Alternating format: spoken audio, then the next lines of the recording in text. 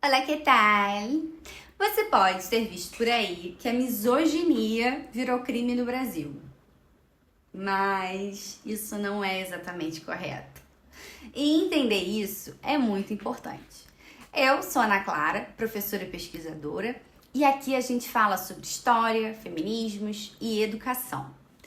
Bem, o que existe hoje é um projeto de lei em tramitação no Congresso que propõe transformar a misoginia em crime. Ou seja, ainda não é lei, mas é um debate que está acontecendo agora e que avançou bastante nos últimos meses. Mas o que esse projeto propõe? Bem, ele é um projeto que propõe incluir a misoginia na lei do racismo, definindo a misoginia como ódio, aversão ou discriminação contra mulheres. E se aprovado, isso pode levar a penas de prisão e multa. Mas aqui tem um ponto importante. A misoginia não é algo novo. Ela já aparece em várias formas de violência que a gente já conhece, como a violência doméstica, o próprio feminicídio, a violência política contra mulheres, ataques e perseguições online. O que está sendo discutido agora é transformar isso em um tipo penal específico. E é aqui que o debate começa. Porque, de um lado, há quem defenda que isso é necessário para combater esse discurso de ódio e a violência contra as mulheres, que só tem crescido. Mas, de outro lado, há críticas, principalmente em relação à liberdade de expressão, à amplitude do conceito de misoginia. Então, alguns parlamentares argumentam que a definição pode ser muito ampla e gerar interpretações controversas. E talvez a questão não seja apenas criminalizar ou não criminalizar, mas entender uma coisa. O que a sociedade reconhece como violência e o que ainda insiste em tratar como opinião. E quando a gente olha para a história, percebemos que críticas que hoje são consideradas violências já foram vistas como normais. Então, durante muito tempo, por exemplo, a violência de dentro de casa era tratado como um assunto privado. Lembra daquela frase de que em briga de marido e mulher ninguém mete a colher? Não surgiu por acaso, não é? Também era comum que mulheres não pudessem decidir sobre o próprio corpo, sobre o trabalho, ou até sobre sair de casa sem autorização. Casos de assédio e perseguição, exposição de imagens íntimas. Muitas vezes elas eram minimizadas ou nem sequer reconhecidos como crime.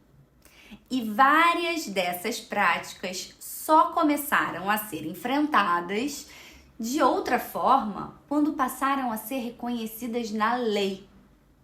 Como que aconteceu com a Lei Maria da Penha, com a tipificação do feminicídio, ou com as leis mais recentes sobre violência digital. Então, mais do que perguntar se a misoginia virou crime, talvez a pergunta seja: por que esse debate está acontecendo só agora? E o que isso diz sobre as mudanças na forma como a gente entende a violência, direitos e igualdades?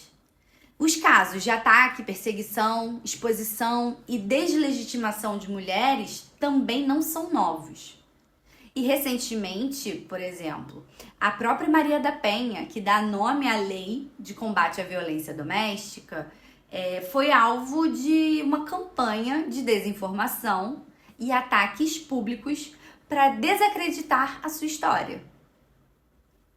Ou seja, mesmo figuras centrais na luta contra a violência, ela continua. Então, ela continua sendo alvo de tentativas de deslegitimação. E em casos mais extremos, a gente vê como isso se conecta diretamente com a violência. Por exemplo, um caso recente de um estupro coletivo no Rio de Janeiro, que gerou grande repercussão e reacendeu o debate sobre violência contra mulheres. É que também expôs algo importante. A forma como muitas vezes a violência ela é banalizada ou relativizada ou ainda mais, tratada com uma certa naturalização e até mesmo ausência de responsabilização simbólica. E esses casos mostram que não se trata apenas de opinião, mas de uma estrutura que pode chegar à violência concreta, como em casos também recentes envolvendo mulheres, inclusive em contextos institucionais, em que há suspeitas de manipulação da cena do crime na tentativa de deslegitimar a própria vítima. Então isso não é exagero, nem é apenas uma opinião. Mulheres são vítimas todos os dias de diferentes formas de violência, de assédio, de misoginia. E tratar isso como um tema relevante, inclusive no campo da lei e das políticas públicas, não é opcional. É parte do que define uma sociedade que se diz democrática. E talvez a pergunta final não seja apenas se misoginia deve ou não ser crime, mas o que a gente ainda aceita sem nomear como violência. Por hoje eu fico por aqui. Sou Ana Clara e esse é um espaço para falar de história, educação e feminismos. Se você gostou desse tipo de conteúdo, se inscreva no canal, ative as notificações e me acompanhe por aqui e nas redes sociais. Um grande beijo e hasta luego!